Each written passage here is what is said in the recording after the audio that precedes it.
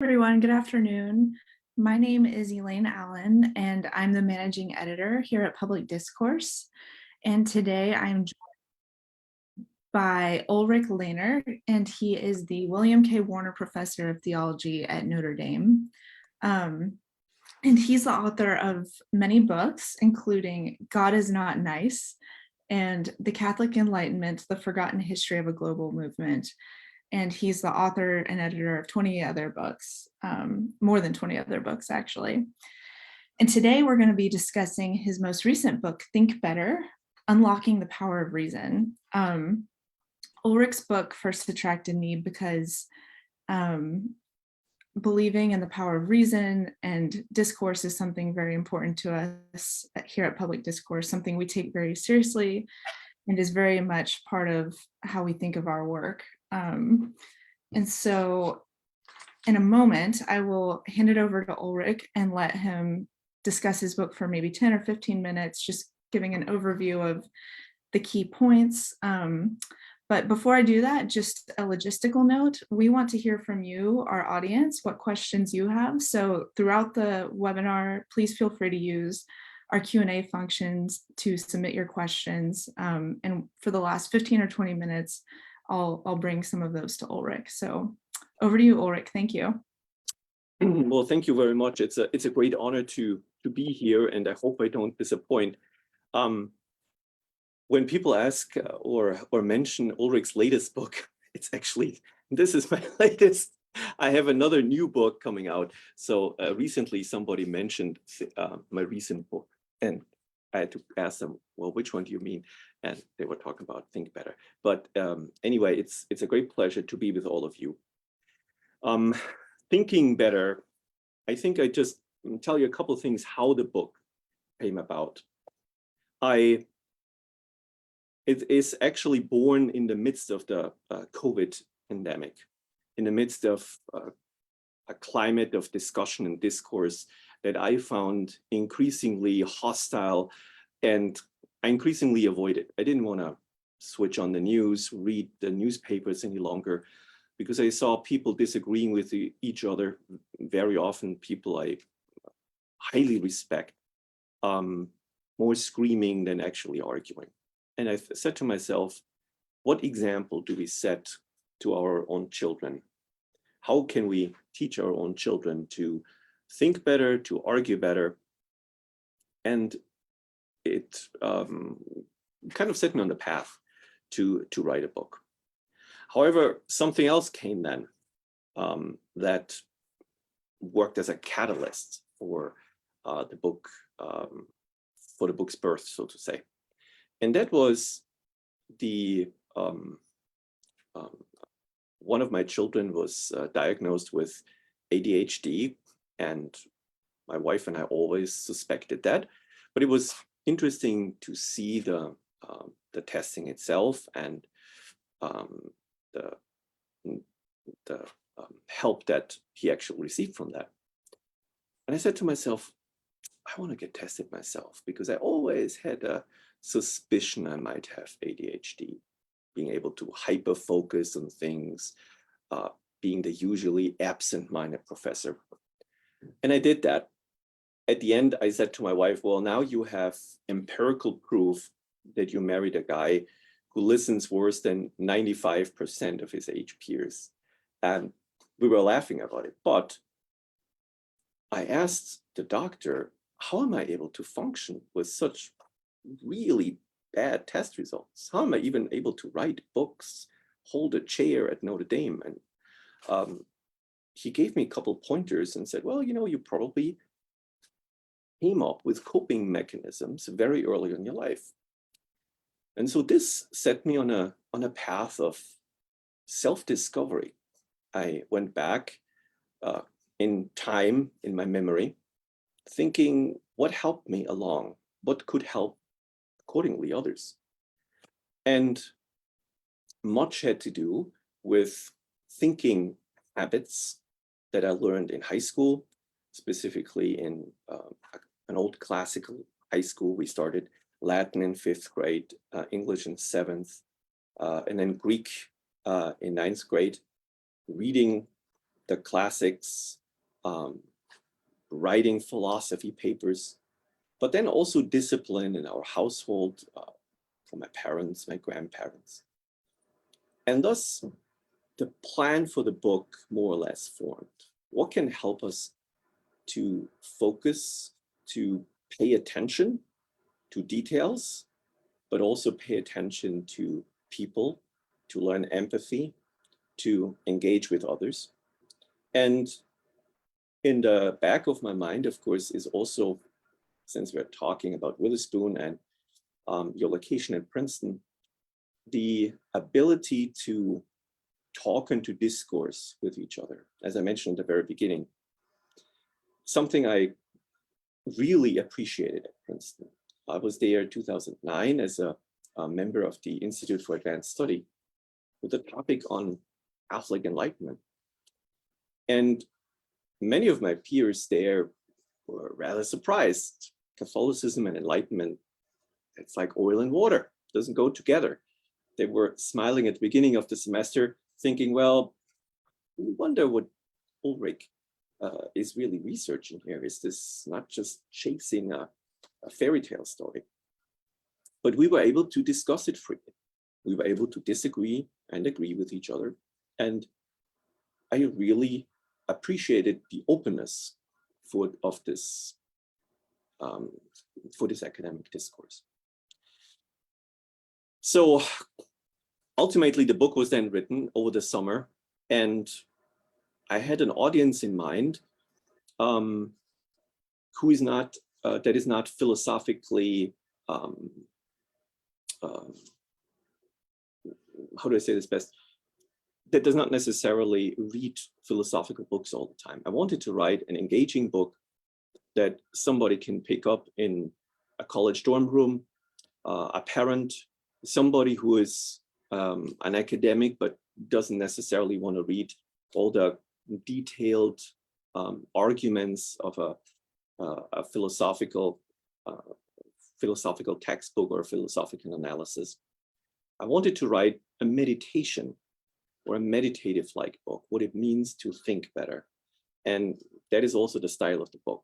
I didn't want to bore the reader with names from Aristotle to Aquinas, with dates, with jargon.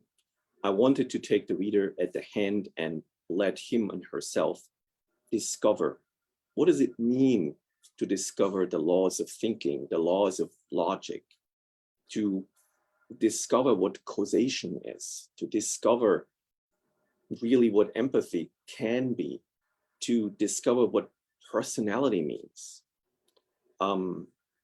And so hopefully, if the feedback I've received so far from high schools and college students that really love the book and has helped some, then it has fulfilled its purpose.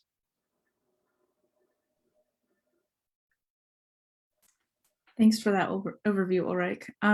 One thing that I noticed as I was reading it was how a lot of your arguments and observations about philosophy made me realize how therapeutic philosophy can be, but also how much contemporary psychology and therapeutic methods rest on philosophical axioms as well.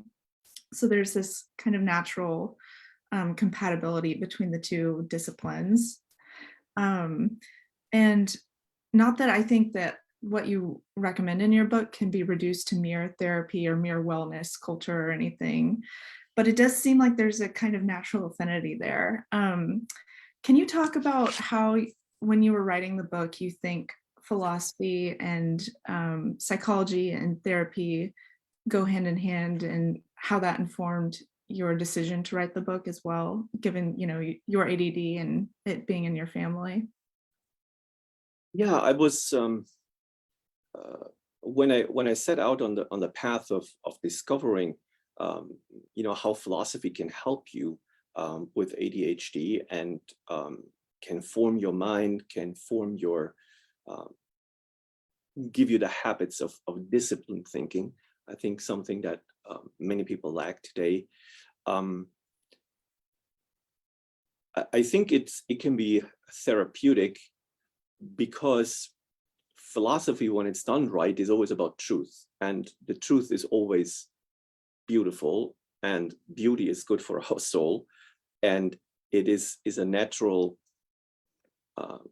way of participating in the divine, if you believe in God, and participating in the true life that is ultimately God. And I think that's why philosophy done well is healing and can heal. I added a number of philosophical or psychological studies, especially to draw the reader in who might be a little bit critical of philosophy. Because sometimes you hear people say, well, philosophy serves no purpose, it is impractical. And I'm convinced it's quite the opposite. First of all, it is extremely practical, because nothing is more practical than the truth. So if the pursuit of truth is not valuable, we are in a horrible situation. Unfortunately, some people believe that. But in order to draw people in who might be critical of philosophy, of the project of philosophy, also high school students, college students, who might have been bored in their introduction to philosophy. Let's just face it. You might take logic or an intro to analytic philosophy, and you think, hey, this is pretty much sophistry. You just look which argument wins. That's not the pursuit of wisdom, the pursuit of truth. That there is something more to that, something deeper, and that's why I try to point to a number of sources in psychology that can help with that.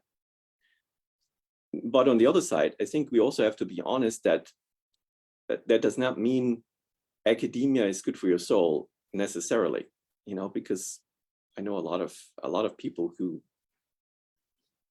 whose soul is destroyed by academia. So I think that would be a long discussion, how philosophy can help you and can lead you on the wrong path too, if you don't do it well. Yeah, well, speaking of academics, another thing that struck me while I was reading your book was that there's kind of this stereotype of the harried philosopher professor who kind of runs around disorganized, dirty clothes, messy car. I have my white shirt on today, right? No, yeah, you're not fulfilling the stereotype right now.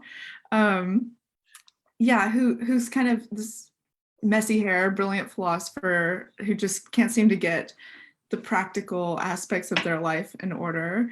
But throughout your book, it seems like successful philosophizing relies heavily on an ability to be remarkably organized and to identify your goals and plan your life accordingly, identify what new truth you want to discover and how you're going to set about researching or exploring that truth, or what psychological difficulty you're struggling with. You have to identify it and organize your plan for addressing it. So do you think you have to be an organized person to philosophize well? Yes, because in order, philosophy lives of order and lives of ambiguity. But in order to appreciate ambiguity, you have to first have a concept of order. Otherwise, everything looks the same. Organization is a key to, I think, every successful life, whatever you do, whether you become a physician or a university teacher or a computer engineer. You have to be able to set up structures that help you do your job and also keep your sanity. I think both are extremely important, and one does not go with the other. In my own life, I realized very early on that I had developed unconsciously, very often, extreme discipline. I love that verse from Exodus that we heard just 2 weeks ago. They are stubborn people, stiff-necked, and I always think of myself when I hear that reading, you know, the Holy Spirit is describing me right there. But you know, when you become extremely disciplined already as a child, developing unconsciously certain patterns with which you structure your life in order to function, well, in order to get through school, there must be something positive about it, especially then if you see the successes then that come with it. Ultimately, I think these are not, and I think that was one of the main realizations when I wrote this book. These are the regular virtues that the philosophers talk about. If you read Cicero, or if you read Seneca, or Aristotle, of course, and Aquinas, these are the generic, if you want to call them that, generic virtues of what makes a decent human being. And for that also you need structure and organization, because if you're not structured and organized, you will not be able to properly discern good from evil. You will not be able to hold on to the good and be fortuitous, because all that needs a support system. In what cases am I fortuitous and adventurous and risk something, and in what not? Do I have realistic goals you just mentioned, or do I just daydream? So creativity does not mean that you follow every little thought that pops into your head, but it's a disciplined form of thinking and of setting yourself realistic goals that you can fulfill. And that aligns beautifully with the development in the moral life. So when students ask me, oh, what can I do to become a better scholar? I say, well, give yourself very realistic goals and describe them as colorful as possible. It's like the New Year's resolution. If you just say, I'll become a better person, you can forget about that. That will never happen.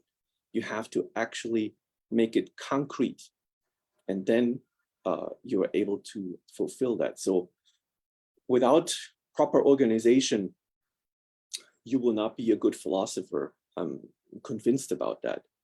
The people that you described, they are having a beautifully organized mind, but very often their practical side is underdeveloped. And you know, I very often feel for the wives of the great philosophers. So you know, Xanthippe was probably legitimately concerned about her husband walking around in Athens and forgetting to bring home the vegetables she sent him to buy at the store. They make for great stories. There are plenty of stories about me. I'm always joking that my wife doesn't let me pick up the kids from school because she's afraid I come home with the wrong kids. So,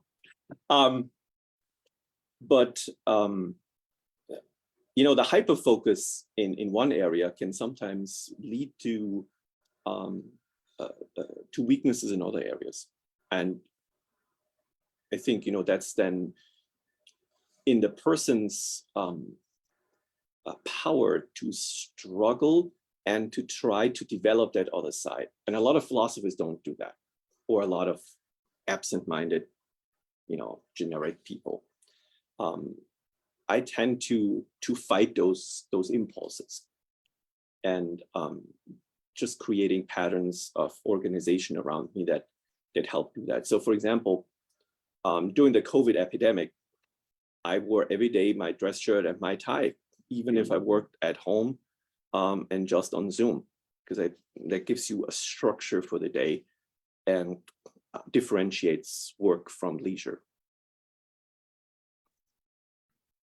I want to return to something you said in your answer to my first question about the sometimes concerning state of philosophy as a discipline.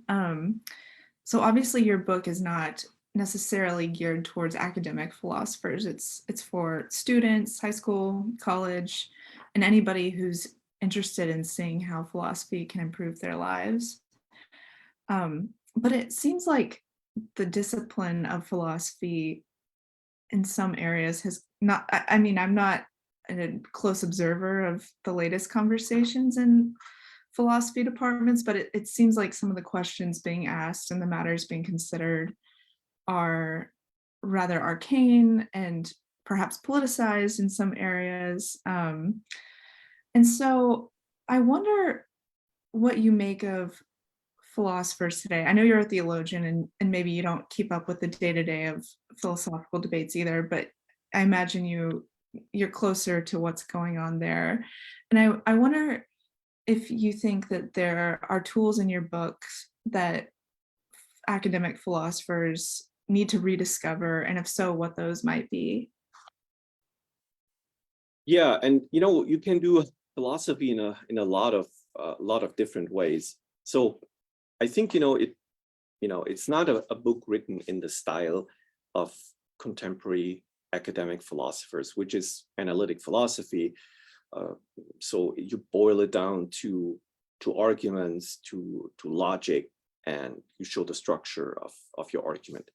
As I said, it's more of a meditation, trying to find out how we arrive at certain truths and getting rediscovering the awe we have when we find or are on the path to discovering truth.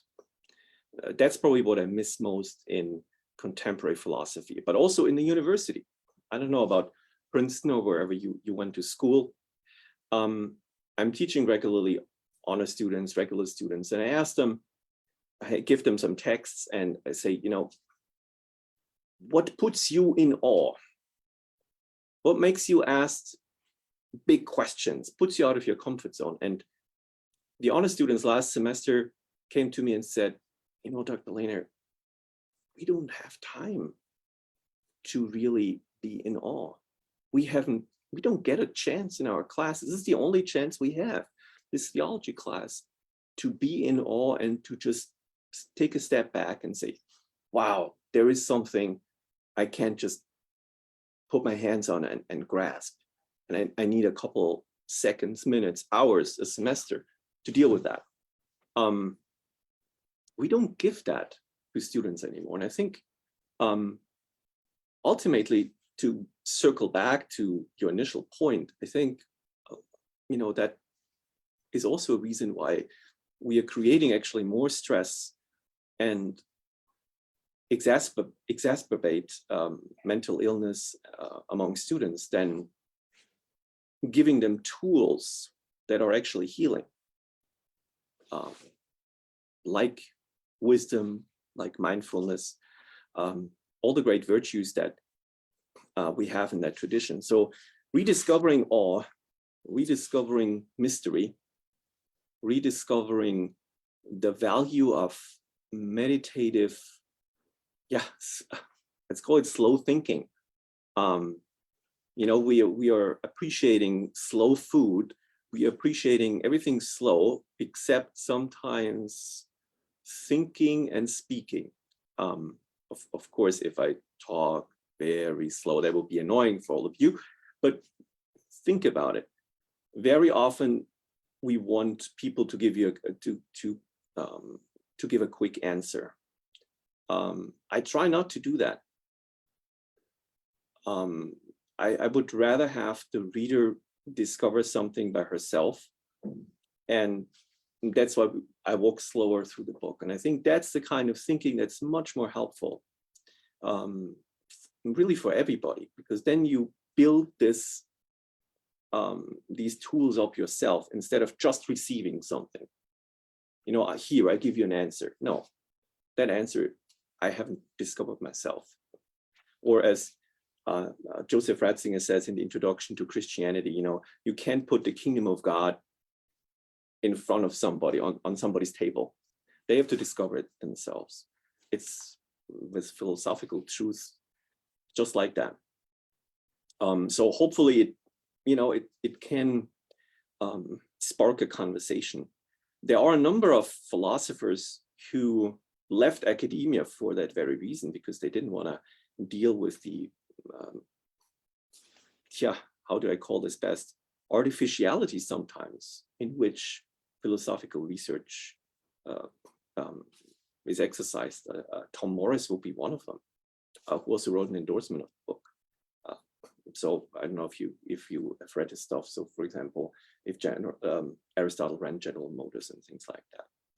So I think there is a lot of disenchantment among good philosophers about their own discipline.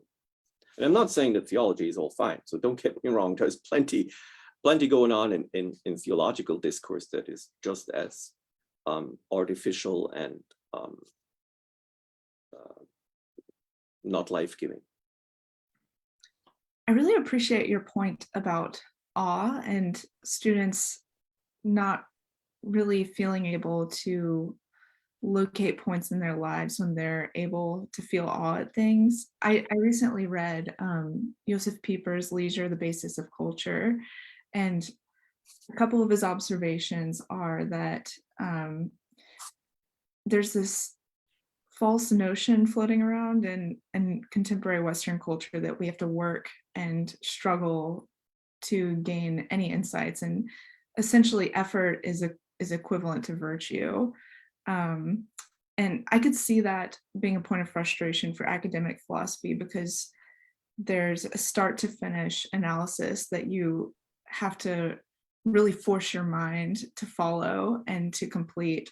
Whereas I think the approach of your book is more in the spirit of what Pieper says. It's more meditative, and it allows the reader to kind of receive insight and to move more meditatively along what philosophical thinking looks like. Pieper is a great hero of mine. Just a very deep, insightful philosopher. But if you look at how his colleagues treated him, especially his academic colleagues, not very nicely because of that. But he is still read while his colleagues are forgotten. That portends badly for academics. Not good for tenure, but I don't have that problem to worry about.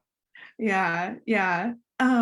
I wonder, so in light of, I think, kind of everyday philosophy outside of academic philosophy being this more meditative, receptive posture, requiring this more meditative, receptive posture, what do you say to the people who would argue that,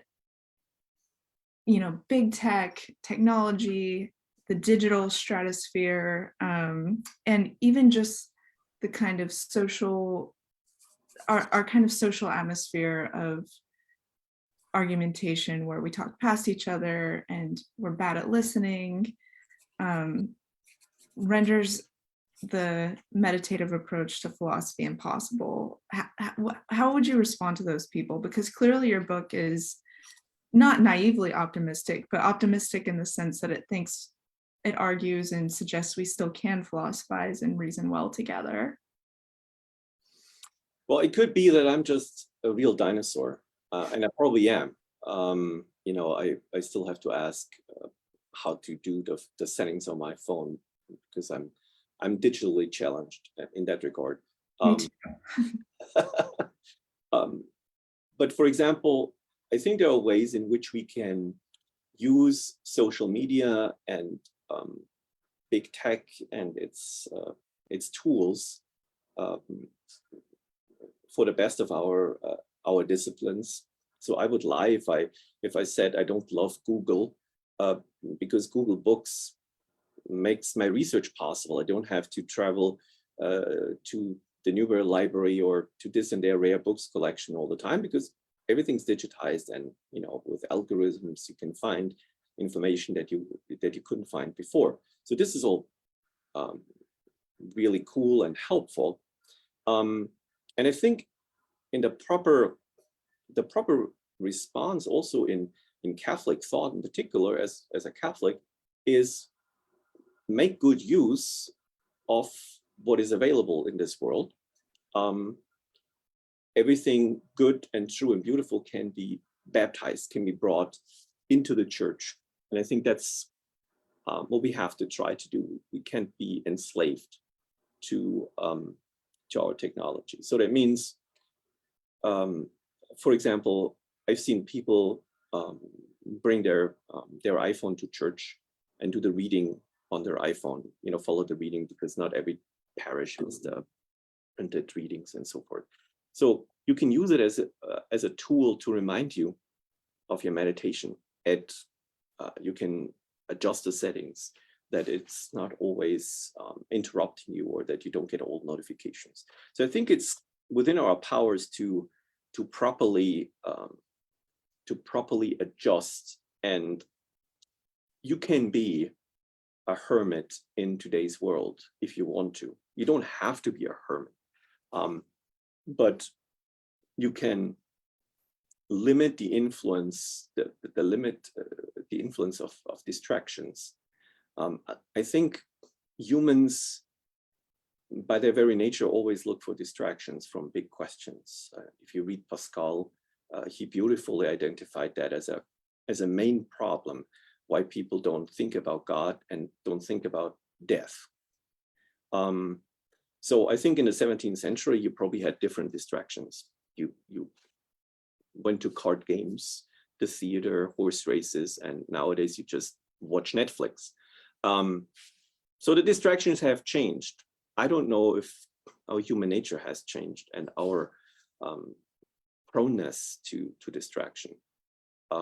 Perhaps, as I said, your cell phone can be a reminder to do your meditative, mindful appreciation of the world. So, for example, I used to, as you can hear from my accent, I grew up in Bavaria. I still miss the Alps and the culture and the architecture. So very often I have a ringtone reminder for saying a morning prayer, and it's the bells of the main cathedral in Munich. So things like that can help to structure your day, find rituals that put you into the right mood of thinking, because thinking also depends on certain moods, or at least is influenced by that. The question is, and that's probably goes a little bit beyond your initial question. You said, does big tech make this mindfulness impossible? No, I don't think so. I think it can be helpful. It can make us more connected sometimes to others, not through Facebook and Instagram. That's not what I mean. But for example, getting knowledge about people in need and in desperate need of our help, we are able to connect and to give also to the people in Puerto Rico right now, or to the people in Ethiopia and so forth, which otherwise we wouldn't. So I think that these are all positive things, and they can help us also then remind us then to take our humanity and our shared humanity more serious. So perhaps usually people don't say I'm an optimist. So you must have gotten the best out of me in this conversation. I appreciate that perspective. I tend to be more of a pessimist when it comes to our uses of digital technology, but I think all those things you named are. And don't give your kids cell phones early onwards. I mean, the rule in our household was, if you're in high school, you can get a phone, but with increasing liberties. And my oldest didn't have a cell phone until he graduated from high school. He didn't want one.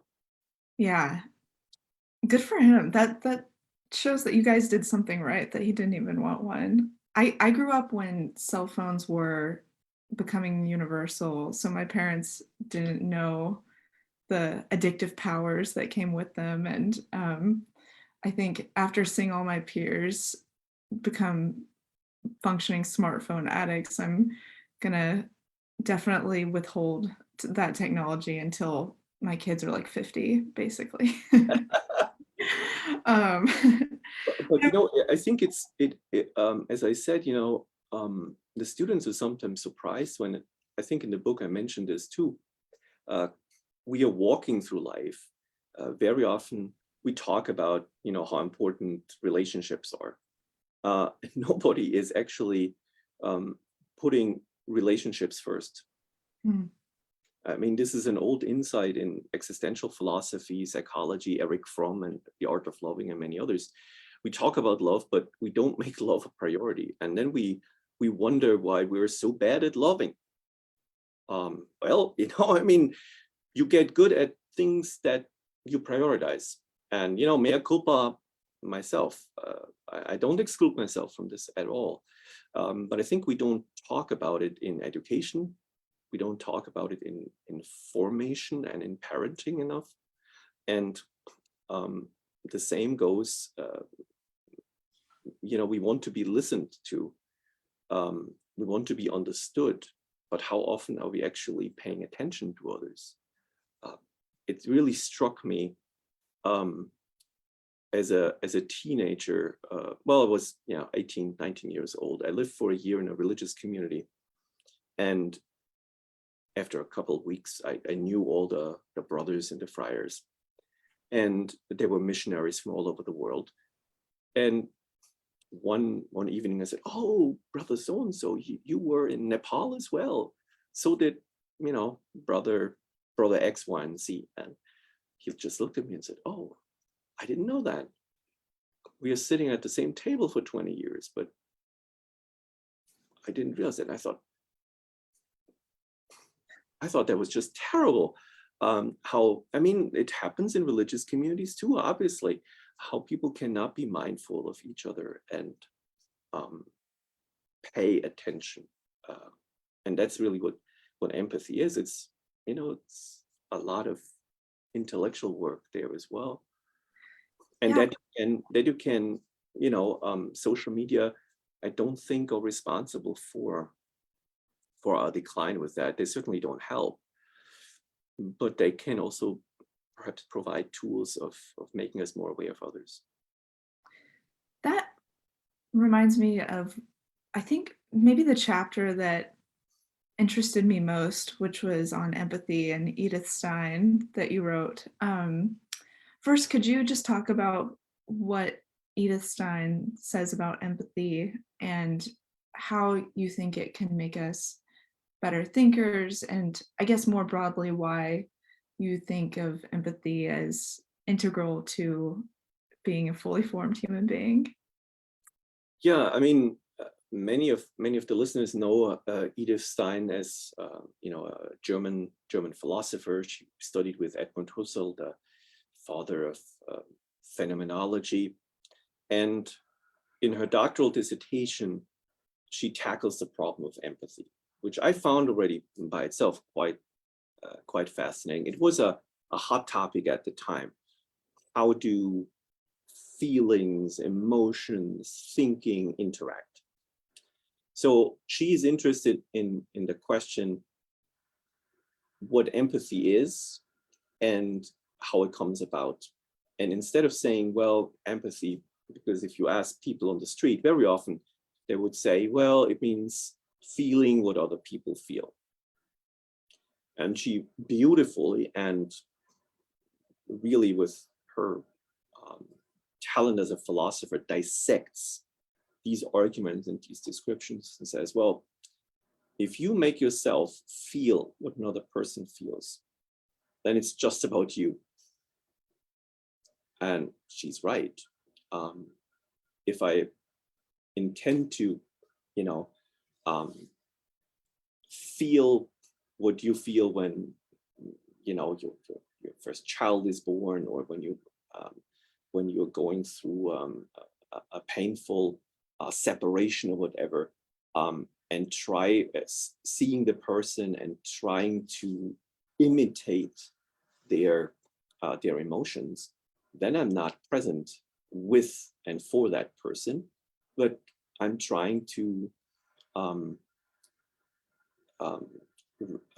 reduplicate their experience in me. But since it's in me, it will be all about me and not about the other person. So it's the opposite of empathy. And her astute observation leads her then to the discovery that real empathy is the work of the intellect, something that is usually not seen as the seat of empathy. But she says, you can be attentive to the other person. And for attentiveness, you need the intellect. You are with the other person, and only after the fact, let's say after your friend leaves with whom you sat for several hours, and you were truly present for that person, only afterwards you think in what position was your friend. In the moment you lose yourself in friendship, you lose yourself, and because you're fully there. And that's her understanding, and I think the most beautiful understanding of, and the true understanding of empathy, being fully present for somebody, being fully attentive, and only after that, realizing in what situation that person was and verbalizing it internally. And if you think about it, it's pretty much how Aristotle and the great philosophers describe friendship. In the moments of friendship, you lose yourself in that loving relationship with somebody, or loving your spouse. You don't think about X, Y, and Z. You're just there. And that's something that we very often don't talk about, again, with our kids and with our students. What does it mean to be properly present? You know, we give them attendance lists. Well, I tell the students, you know, physical attendance does not mean participation in a class, right? But we never talk about different levels of mental and social and, empathetic presence. And that's something that is crucial for becoming mindful of the needs of others, consideration for the development of consideration of others, that many don't naturally learn in the families at home anymore.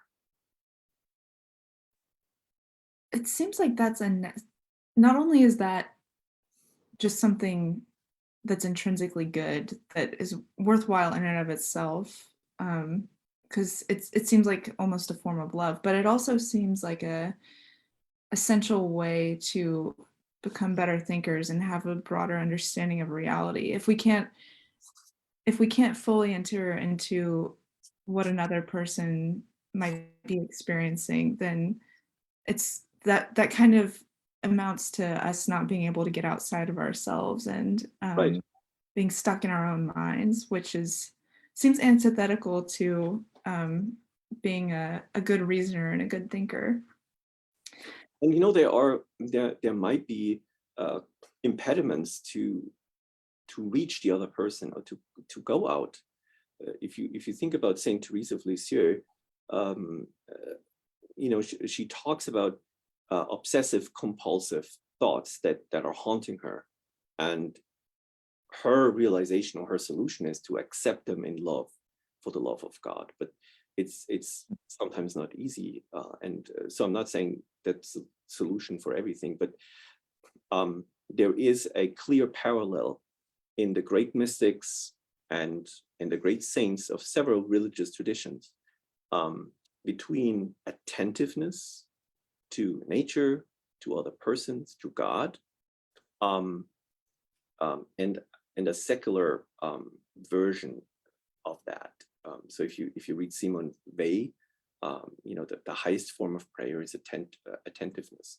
So I think there is a clue of where philosophy and theology can meet, but also where you can see the healing power of philosophy on a much deeper human level, because it opens us up to the questions we shouldn't run away from. But I think you raise one more point. You talk about the contemplation of wisdom or truth is good in itself. I think that's another problem we don't talk enough about, perhaps, especially perhaps at Witherspoon Public Discourse.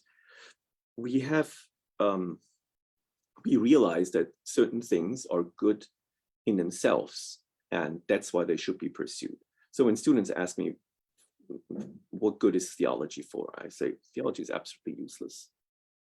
And, kind of shock them a little bit. Because I say, well, either God exists, and then what you learn here is extremely valuable because God is the highest good in and of himself. Or you are using or abusing actually then theology because you make God a means to an end. And you can talk about this, you never abuse persons as a means to an end and so forth. But many people are coming from backgrounds, either socioeconomic or other constellations in their upbringing, who never had the chance of experiencing education and truth as a good in itself. And that's something that we don't talk about. This goes a little bit further away now from the more philosophical side. But how can we actually help society? Because you have enormous differences. If you grow up in a family where that is not valued, you grow up without it, you don't develop this attitude. And that's why you don't pursue it. And you deprive yourself then also of the healing and the healing dimensions that this search can give you. I could keep asking you questions, but I am going to turn to audience Q&A. And just as a reminder to our listeners, please feel free to continue submitting questions for the last 15 or so minutes here. One listener says that in his schooling, a lot of the curriculum was focused on reading and memorizing and regurgitating, and it was focused on short-term memorization, basically. And the same thing happened through graduate school, law school. He says there was a lack of clear teaching in the classroom and developing and dissecting arguments. And he asks, as a busy father of 5, do you have any recommendations for primary sources that should be read to better understand arguments and form my own? So I have 5 kids too. I hear you. You are probably even busier than our family. It's because one is now in college, so a little bit less driving around and a little bit less drama in the house, but still 4 running around and that have to be entertained, fed, and clothed. Primary sources for what he said, arguments, if I remember that correctly. Yeah, to better understand arguments and form his own, I think just more broadly, arguments based on sound philosophical thinking that you describe in your book. One of the best resources I can think of the top of my head right now is Peter Kreeft's Socratic Logic. I really think that's a beautiful book where he teaches the soundness of arguments in his usual witty, more dialogical way. I think also Kreeft's work are very helpful because they use the dialogue form. It's easier sometimes to read and to also perhaps give to your kids. That comes to mind immediately. Primary source, of course, that's a little bit harder. Many of the great thinkers that talk about argumentation and proper speech and so forth can be quite technical, and you need more dedication if you want to read it. I will probably have to think a little bit to give you a better advice. I think I have a couple in the footnotes. Philosophically speaking, everything that Ed Feser writes is beautifully reasoned down to the argument. But I will probably have to think which concrete book I would suggest. But whenever I, for example, give graduate students advice, I always tell them, write as clearly as possible. If you cannot explain your thesis to a family member without any graduate school background, don't even start writing a dissertation. Write clearly, direct, and avoid verbosity at all costs. That's really good advice for our PD writers out there who might be listening too. Absolutely. And one of the best books on writing, it's I've forgotten the little, it's a little book, Elements of Style. That's a beautiful little English book. And the other one is, and you will be surprised. I always tell my students, read Stephen King on writing, or get the audio version because he actually reads it. It's a lot of fun, but I think he gives some really good sound advice. I think C.S. Lewis's style is a pretty good standard to imitate too. Very clear, doesn't throw in unnecessary verbosity. He's always kind of in the back of my mind when I'm writing or editing. Just the clarity that he achieves is pretty remarkable. Absolutely, absolutely. So one reader asked, are you familiar with the work of Ian McGilchrist? And he's wondering if you might be able to comment on how you think about the importance of left hemisphere versus right hemisphere thinking and philosophical thought. I've only encountered the name, but I cannot remember anything associated with it. So I have to say I'm sorry, I'm not. But it could be that I wrote it in the book and it's there because it's really there's an old axiom in Sherlock Holmes. Conan Doyle was in that regard. That's also something I recommend. Read some good murder mysteries. Arthur Conan Doyle is always good to sharpen your logic and sharpen your arguments. But he writes, well, I write notes so that I don't have to remember things or have my head clear for something new. I write stuff down so that I don't have to remember it. Unfortunately, I don't remember Gilchrist, or I don't know the debate about left and right brain spheres. That's okay. One listener, it's not so much of a question, but an observation that maybe you could comment on, that often questions that come up in debates are rhetorical and not open questions, and people don't really know what a good question is often, and what a good answer is. And what do you think is a good question and a good answer? That is a tough question to ask. No, but I think you're the person who wrote that comment writes something very important.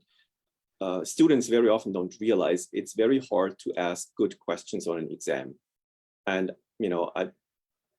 I probably don't always ask good questions in exam because they really take time. That's why it also takes time to really write a good proposal or write a research project or write a paper, or write a book, because you formulate a question and your whole research hangs on that question. So arriving at that point is a lot of work. You have to read, you have to read freely and widely. And then the question is, well, what is a good question? A good question, I think, leads to, first of all, implies that there is an answer that I want to hear and I want to engage in. So I don't just ask a rhetorical question, which is, either denied or nodded to, and that broadens my knowledge or challenges me. A good question is a sincere question. Very often we are doing research papers, research projects, that because we are after grants, let's just face it. Very often in a lot of disciplines, including theology, especially in Germany, you have these big multi-million-dollar funded research groups. And you really wonder, who will read the 800-page tomes that they produce? Because they're either utterly boring, or I haven't met a person outside this cluster who is interested in it. So they are after funding, and that's why I come up with that. So sometimes I wonder, really, are we no longer able to ask sincere questions, questions that are uncomfortable to ourselves, to our own, sometimes academic standing, and our own work? So do I let myself and my own work be challenged? So for example, I realized the other day, I wrote a book on monastic prisons some 7-8 years ago. Actually two, one in German and then a different version in English. And I realized the other day I overlooked two very important Italian books, and I don't know how that happened. And that kind of eats at me, because the good question in me is like, would I have written a different book? I think that's something we have to take seriously. A good question is always a sincere question that comes out of real interest in finding the truth. And let's just say truth is always complicated. We don't find it, directly. It at least opens up avenues of research and of searching. One thing that I thought was kind of absent from your book on, thinking better and how to become better everyday philosophers was you didn't mention reading books as a good exercise for improving our thinking. And I'm wondering, do you think that reading books on a regular basis, both because of the format of book reading, something long and sustained and meditative, if it's a good book, I mean, I'm only talking about good books here, but is that something that you think we need to do to become better philosophers in our daily lives? Or do you think that there's other ways to achieve it, and that we can dispense with books in our project of becoming sound thinkers? I think one could probably, a few people can do probably without books and be still sound thinkers. But for most of us, regular human beings, we need books. And that's true. I didn't talk much about that, or kind of probably implied it now that you say it. Mortimer Adler's is of course still a classic on how to read. There are different reading patterns. So for example, Stephen King is just like me, a person who can't be in a waiting room at a doctor without a book. So I've always a stash of books that fit in my pocket for such occasions, because I don't waste a minute anywhere just sitting around. It's very hard to do with a digital book, because you have to get into the right chapter again. It's much easier to just grab something, and very often you have ideas because you wouldn't have picked up that book otherwise. So yeah, read as widely as possible. In my discipline, a lot of theologians don't read novels anymore, or they don't talk about it. Some of the funnest memories I have of Princeton is in the dining hall, talking with my colleagues about what novels are you reading? What recommendations do you have? Because then people are actually opening up about themselves, and they talk about, not about the persona, like, oh, I'm the professor and this is my research, but yeah, I'm reading this murder mystery. Or I remember Avishai Margalit, the great Israeli philosopher, outed himself as a Robert Harris fan, the great trilogy about Cicero and others. So I think read widely, read good novels or good fiction. I'm personally not a poetry reader. Some people love reading poetry. and allow for slow reading. Don't force yourself, and don't force your kids. I realized that the hard way too. I have to say this. Some of my kids are really avid readers and some don't like it. It's probably also intimidating if you grow up in a house that looks like a library, like ours. No, I can see that also as a reaction against mom and dad, avoiding that. Your question was then going reading and reading patterns. Very often, especially grad students, are in that danger of just reading their discipline and don't do any fun reading. Give yourself time for those fun readings, for the good novels, for the good poetry, and don't force yourself to read X, Y, and Z of authors that you don't really enjoy. Does that make sense? Yeah, I think that's great advice That's at least my unprofessional advice. That's what I try to do, usually unsuccessfully, but I try. Well, we should probably wrap up here. Thank you so much, Ulrich. We've been talking about Ulrich Lehner's book, Think Better. And I highly recommend it to anyone who is just interested in how sound thinking and philosophy can improve your day-to-day lives. So thanks again, Ulrich, and enjoy the rest of your day, everyone. Thank you very much, and it was a great pleasure. Thank you. Thanks. Bye-bye. Bye.